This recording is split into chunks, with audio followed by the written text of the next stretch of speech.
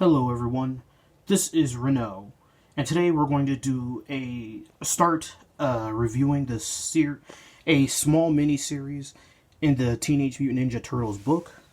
Now, the Teenage Mutant Ninja Turtles, I'm not really going to go into the in-depth history, except that it was started by Kevin Eastman and Peter Laird. Laird sold his portion of the series so that Eastman is now pretty much the head guy. Now, Eastman is in an interesting position because I think he's like the chief executive producer of all cartoon shows. He handles a lot of the licensing, and he primarily does the writing for the Teenage Mutant Ninja Turtles series. Now,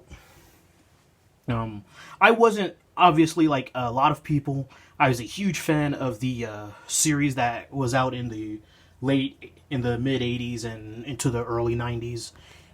And then it just kind of fell apart, or I stopped watching it. But that original series was not at all true to the Eastman and Laird's vision. And so eventually, there was a live action series, etc., etc. But one of my favorite creatures personally was the Triceratons. And that's because they had a brief appearance in the 1980 show, and as a kid, it was alright. And then I saw it, and then there was a remake in the early 2000s, around 2003 or so. And again, the Triceratons were featured there.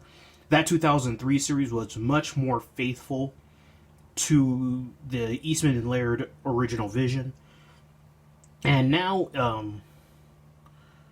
the comic book series that was recently re-released with Eastman at the helm has been really getting a lot of rave reviews. And so I'm like, okay, well, it's got Eastman at the helm. It's going to pretty much epitomize what he truly intended for this book. And so, since the Triceratons were my favorite creatures, were among my favorite little creatures from that series, I figured I'd get the entire 5-part miniseries. But like all stories, you have to have some foundational knowledge. The Triceratons are, as you can clearly see from this cover and from here, they're Triceratops-like aliens. Or are they? We'll find out. The Triceratons invaded Earth, and in the 2003 series and in the 2012? There's a CGI version, and they were slightly different, and which was, of course, different than the 1986 series. So, there's been all these interpretations of the Triceratons, but upon reviewing it, I could always tell this isn't quite... There was something more there. And so that's why I inspired to finally get this 5-part miniseries. Now, the 5-part miniseries ranges from book 76 through book 80. And so I accidentally grabbed book 75, which was the ending of a previous storyline, but I don't regret it because it helped me get some knowledge and information, some foundational knowledge about this part moving forward. So before we get started, I keep talking about foundational knowledge. There's one other foundational knowledge I want to go over before going over this part. So I'm going to read a couple of pages from here just so that we can know what's going on here. So,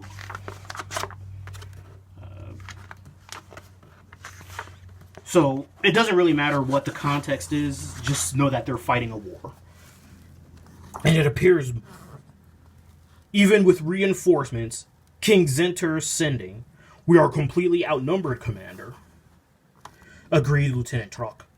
Which means one thing, more bugs for us to swat. And so they're going over the intercom for the Triceraton military.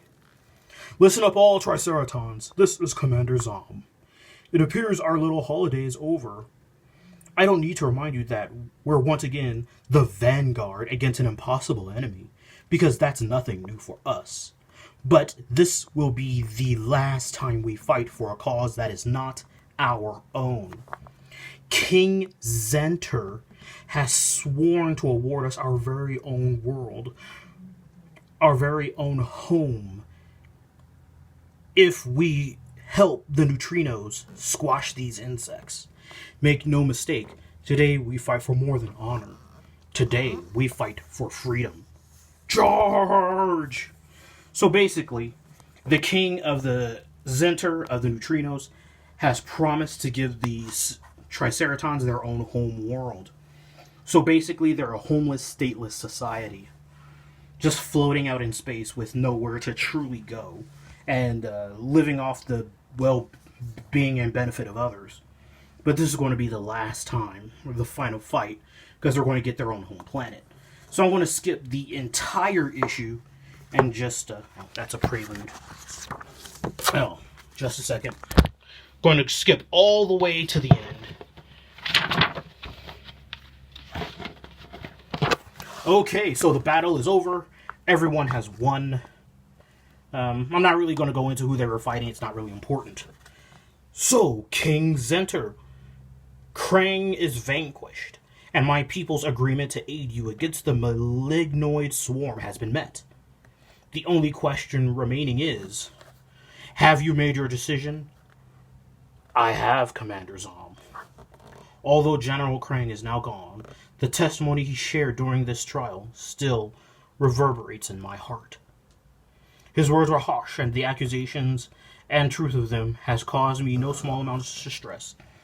He was right. Whatever, that is not important. Your people are owed apologies of all neutrinos, and none more than myself. It is true that General Krang stole you away from your home world, but it has been I who have not allowed you to return. No longer. You requested a world be given to your people, but the fact is that world already exists. You are Earthlings, and therefore have the right to return to planet Earth, until I have asked my scientists to activate a portal to allow you to do so. The door has been opened, and your home awaits. Good luck to all of you. So basically, what this king has done is he's done dirty pool here. The Triceratons are evolved Triceratops. It's true that they were kidnapped from Earth and then genetically altered so that they could fight on behalf of the Krang and the Utroms. And so after millennia, millions of years, the Triceratons are finally going to get their homeworld, but their homeworld was Earth. Now, King Zenter has done a very villainous thing. He is a villain. He is evil. He promised them their own homeworld, but their homeworld is not Earth. Saying that the homeworld was the home of the Triceratons is no different than saying that Earth is the homeworld of a cow, and if the cow is removed and genetically altered and comes back to Earth, Earth is their homeworld. That's not really the case, because when the Triceratons were removed from Earth 100 million years ago or whenever, they were not sentient and therefore had no capacity and no will. So it's false to say that Earth is the homeworld. King Zenter of the neutrinos is a villain. He took the Triceratons, got them to fight on his behalf, promised them a homeworld of their own, but then pointed them directly at Earth to create a conflict. I don't know if he did that on purpose or by accident. It doesn't. Well, he clearly did this on accident, because if they had a planet, he should have used a planet under his control and given it to the Triceratons, instead of pointing an arrow at Earth and saying, hey, go with those guys. He knows the history of Earth. He knows that humans are not used to aliens. He knows that they're not like a hub world. He knows that humans do not handle aliens well at all. And he also knows that, the Triceraton, when they were taken off of Earth millions of years ago, were no different than cattle. They were not sentient. Earth is not actually their homeworld. He needs to pay up and stop playing dirty pool. So anyway, that's how this story gets started. I'm going to pull your boy Zach here and say, the review begins at 10 minutes and 26 seconds. Oh, wow. So that's background. Actually, you know what? Maybe I'll just make a separate video. Yeah. Anyway, I'm going to go ahead and just make a separate video for the actual review. Thank you so much for watching.